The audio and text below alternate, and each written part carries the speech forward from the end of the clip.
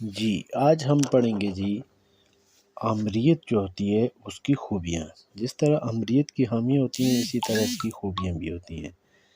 تو سب سے پہلی خوبی یہ ہوتی ہے ریاست کا تقدس، یعنی آمر جب بھی آتا ہے تو وہ ریاست کا جو تقدس ہوتا ہے اس کو بہت ہی ہائی کر دیتا ہے۔ حکومت اور ریاست میں عملاً فرق ختم ہو جاتا ہے۔ زندگی کے ہر شعبے میں ریاست مکمل طور پر مداخلت کرتی ہے۔ آمر جو ہوتا ہے اپنے اختیارات اور وقار میں اضافے کا خواہشمند ہوتا ہے اور اسی وجہ سے وہ ریاست کے تقدس کو بھی بڑھاتا ہے۔ دوسرا ہوتا ہے قابل عملہ۔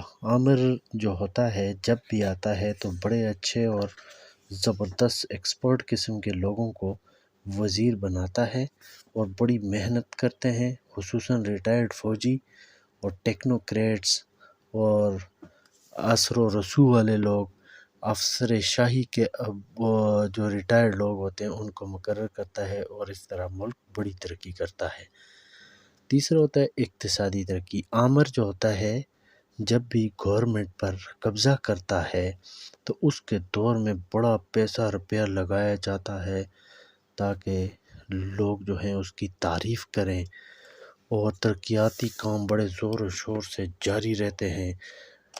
یہ پاکستان میں ایوب خان کی جب گورنمنٹ آئی تو انہوں نے بہت زیادہ ترقیاتی کام کیے۔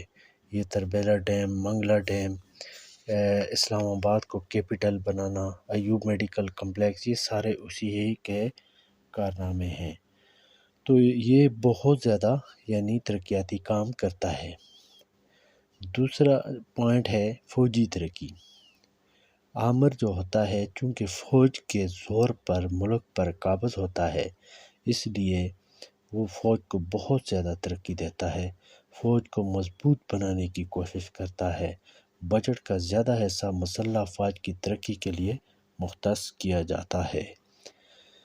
پھر آگے آ رہا ہے جی قوت فیصلہ۔ آمر جو ہوتا ہے آمرانہ طرز حکومت میں یہ کسی کو جواب دہ نہیں ہوتا۔ اس میں اختیارات کی مرکزیت ہوتی ہے اور تمام اختیارات فرد واحد یا ایک ہی سیاسی جماعت استعمال کرتی ہے، اس لیے اس نظام میں فوری فیصلے کیے جاتے ہیں اور فیصلے کا نفاذ بھی اچھے طریقے سے ہوتا ہے، جبکہ جمہوری یا دوسرے جو طرز حکومت ہوتے ہیں اس میں بل پاس ہوتے ہیں، اس میں ایک لمبا چوڑا پروسیس ہوتا ہے جس کی وجہ سے بہت زیادہ وقت جو ہے ضائع ہوتا ہے، جبکہ آمریت میں ایسا نہیں ہوتا۔ تو یہ جی ہم نے پہلے آمر کی خوبیاں پڑھی ہیں، خامیاں پڑھی تھیں اور اب اس کی یہ ہیں خوبیاں۔